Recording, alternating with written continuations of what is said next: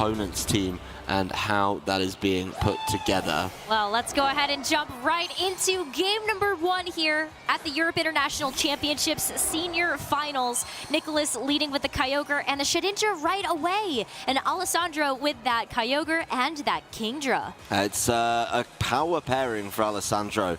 This Kingdra, obviously a Pokemon that flourishes with Swift Swim. And in this matchup, there's no way that it's not going to be Rain, right? You know from the get-go, Rain is going to be a factor here, and that is a whole thing that people could be tapping into. It's something we used to work with years and years ago. Big question for me is, how do you deal with this pairing on the field with Shedinja? Do you have anything that can strike it through the Wonder Guard and start causing those problems? Now, Kingdra has a couple of interesting options. Not exactly sure if he wants to reveal those in game number 1, but I know that its move pool is surprisingly wide, is how I'm going to describe it. And that, for me, is something that if Alessandro wants to reveal that right now, that's going to change the course of the game. The Dynamax on the Kingdra, though, does indicate to me that maybe it's going to be something a little bit more obvious and just show that it can deal with the Shedinja. Nicholas feels really confident by leading with it that no answers to it are on the field. Seems pretty confident as well to just go ahead and go for the Dynamax to be able to match the Kingdra Dynamax on Alessandro's side, but it's the Kyogre that will be receiving that Dynamax factor. So Nicholas also going to be able to take advantage of the Rain here, or maybe even just set up for a Max Guard to protect itself. But it's a Max Airstream coming out from the Kingdra and going right into the Kyogre, just completely ignoring the Shedinja for now. Yeah, that's a very bold choice. You need to probably hit this Shedinja a couple times, but it does feel quite wasteful to use a max move over onto that side. It's a double up onto the Kyogre, though, from Alessandro, trying to take it down with a combination of Thunder and then on top of it, the the Max Airstream. That does mean it's guaranteed Alessandro's Kyogre is going first, and Shedinja does go after it with the Poltergeist to follow up, so it's a double up onto both Kyogres. Shedinja's been left well alone, and this Poltergeist is going to be able to take the knockout on that Kyogre, so nicely done by Nicholas to get the first knockout of the game. Does have to be a little bit cautious, though. The Shedinja is now aware there is a flying type attack on this Kingdra, so maybe a little more focus on dealing with that right now is the way to go. I really like that Max Airstream choice, though, because if you go into the Kyogre, Shedinja is one of those Pokemon that is known to learn Ally Switch. And so either way, you're going to get damage onto the Kyogre, or maybe you catch that Shedinja off guard. Shedinja on Shedinja now. It's going to be facing off against each other. Really obvious that they can do damage to each other. There's no surprise there that they have a ghost type attack. We've already seen one. We know they carry Shadow Sneak as well. So it really could come down to a speed tie here on who manages to get that, not just this turn, but in the following turns. And Nick, yeah, quite wisely, I think, opting out of this Shedinja matchup because the threat of that Max Airstream coming through would make sure that Alessandro's Shedinja is always attacking first. So does realize this is not the time. The Incineroar could have a good one, and Alessandro opts out of the matchup too, so maybe saving it for a little bit later. Oh, but that works out really nicely because Nicholas was able to move that Shedinja out of the way first, and so the Incineroar comes in, gets those Intimidate drops, and then Alessandro gets to bring in that Zacian and keep that Intrepid Sword boost. But a big Max Geyser going into the Incineroar. It's going to be a one-hit knockout, and just like that, Alessandro and Nicholas, they are at the same number of Pokemon in this game number 1. 3-3 now, a really big play here from Alessandro to just go for it, but Nicholas opting in to do a couple things here, get some damage down on Kingdra, but also change the weather, taking away that Swift Swim ability, so just relying on the earlier speed boost from Max Hailstorm now, and of course get that little bit of residual damage between turns. Not really a huge factor for any of these Pokemon, I don't think, but it does mean this Kyogre in a slightly better position, and without the opposing Kyogre, Alessandro doesn't have an option to reset up Swift Swim. May have to go for it with something like the Max Geyser this turn, but you're not going to get the benefit on the Kingdra immediately. So Zacian facing off against Zacian, these two Dynamax water types facing off against each other as well. Definitely a tricky board for both of them, especially because we know that their final Pokemon is, in both cases, Shedinja. Yeah, well, that's the other thing about the Hail that actually makes this very, very difficult. Shedinja, I think in a lot of builds, either runs that Focus Sash or runs the safety goggles. So either way, you know, maybe you do catch that item, and then also Poltergeist doesn't become an issue anymore if you don't have an item to attack yourself with. Yeah, it's going to be very dangerous. Then you're just forced into Shadow Sneak, right? And then Shadow Sneak, you know, you can't even make plays around that too much. I think both trainers, when they get to Shedinja versus Shedinja, are just going to be locking in Shadow Sneak. You don't want to try and go after it, but you've got to get those hits down. Kingdra playing it really safe on this turn. We'll be making it through all of the Dynamax here. But Zacian, Behemoth Blade on Alessandro's side does get to connect, so maybe Nicholas playing a little bit fast and loose here and could get punished for it. Not quite, though. Oh, the Kyogre just barely able to hang on, but the Zacian on Nicholas's side goes for a play rough into the Max Guard on the Kingdra, but a Max Geyser here from Nicholas now going to go right into the Zacian. It's another knockout, and quickly Alessandro going to be left with the Kingdra and the Shedinja. Critical hit there, guaranteeing that one, and switching away in the last turn of Dynamax, the last turn that they did have to change the weather, switching it up, doesn't want to play the Hail game, maybe doesn't know if Alessandro has the safety goggles or not, doesn't want to lose. Maybe that's Nicholas owning up a little bit to what his item is. If it's the Focus Sash, the Hail, of course, is going to be a big old problem. If it's the safety goggles, not so much. So I think Nicholas turning that off gives away maybe to Alessandro exactly what this matchup is.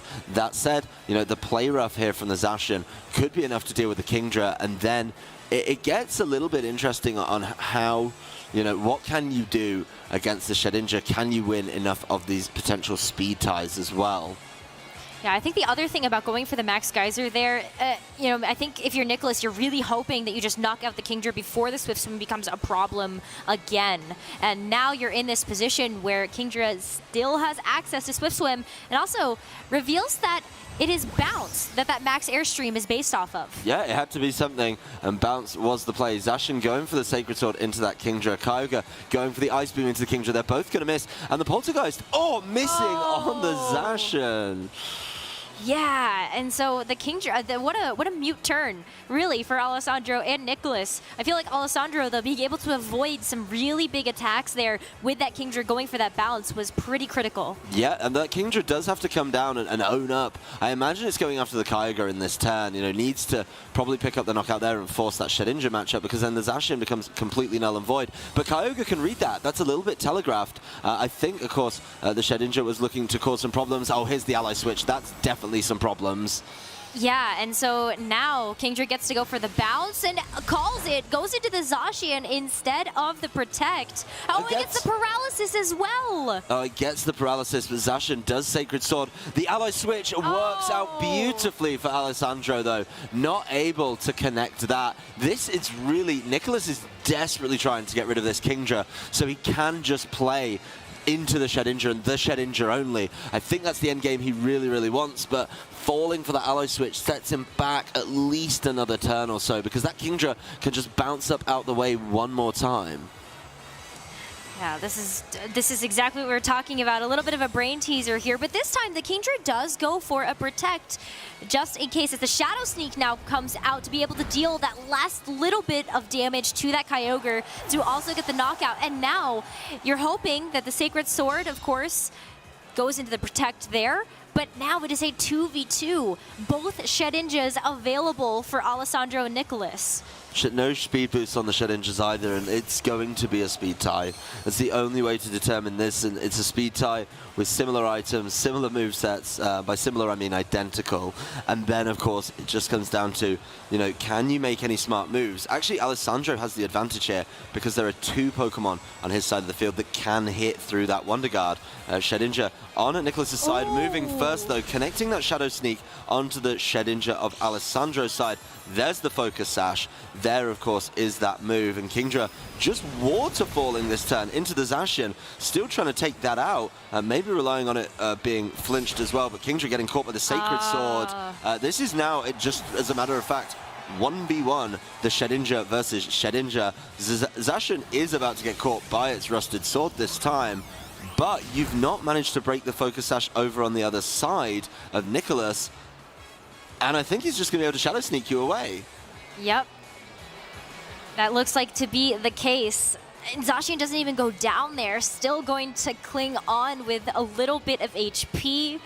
The paralysis does help out a little bit with the speed in this game, but it's the Shedinja versus the Shedinja that is really the big deal. And just like that, the changes and push us to the game 3 that he wants. Nick going with the same lead seemed to work very well from last time, and Alessandro going with the same lead actually as well. That Kingdra and of course the Kyogre.